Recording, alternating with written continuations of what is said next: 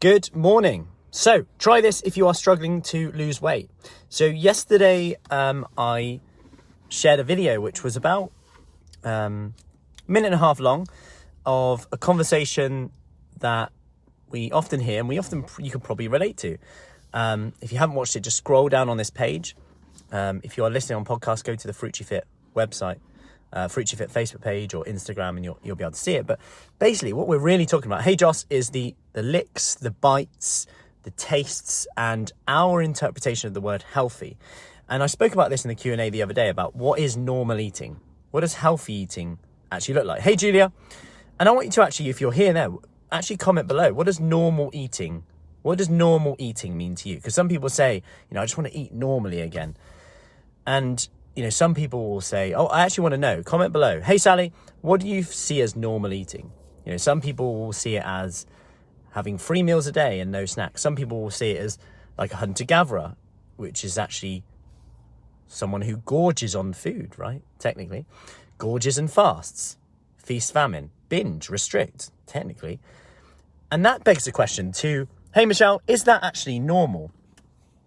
Arguably, yes. Like, we are driven to be able to perhaps overeat on foods to make sure that we don't, in essence, go starving if we're then do not have access to food in the long term. There's even a gene which some of us may have, which is a variation of the FTO gene, worth Googling, it's quite interesting, where some people will have worse off switches. So off switches with regards to our hunger levels, okay?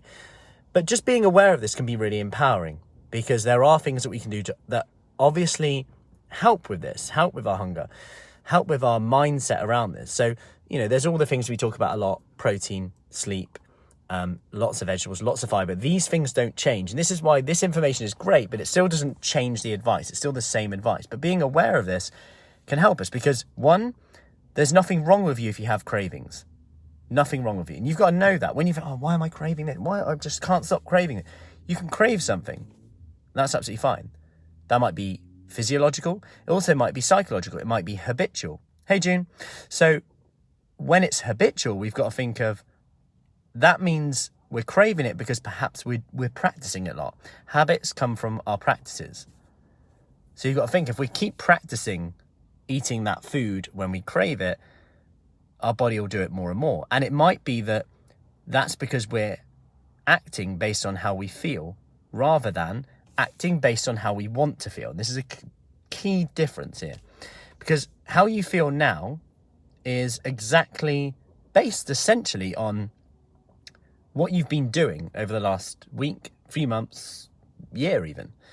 How you feel now. But that has nothing to do with how you want to feel. How you want to feel essentially has everything to do with what you choose to do now. So can we act on how we want to feel? Act based on how we want to feel rather than how we feel. And that's a big difference in there. Hey, Julia. So how could we apply this and make it more practical? Well, I shared the video yesterday because, a lot of people can relate to it, where our interpretation of healthy, normal eating, is it, only eating natural sugars. I only have a few strawberries, but then we have cream on them. I'm off sugar at the moment, but then I'll have honey in this, and I'll have this. Our interpretation, our definitions are so different. And it brings me on to something today, which are the licks, the bites, and the sips. The licks, the bites, and the sips, which can add up, right? I can say now from the kids, like, having kids seem to eat all the time. They take like a bite out of an apple, then they're like, I'm done now. How can you be done and leave that apple? What's going on? Nonna would be like, you got to eat it. What's going on? And that's the upbringing I've had. Whereas for them, it's like, it doesn't really matter. And in my head, I'm thinking, that's fine. You leave it. And it's my problem that I feel I should maybe finish it. But there's temptations there that look, it's only an apple, it's healthy. But by the end of the day, I could have eaten 5 apples. They don't even eat an apple properly, if you ask me. I eat it right down to the core. They're like, I'm finished. Still like 4 or 5 bites on there. All these licks, bites, tastes. My point in here is, if you're struggling with this, and if you feel like you're eating healthily and you're not getting results, the best thing to do is just to write down everything you eat for a few days. Just for a few days.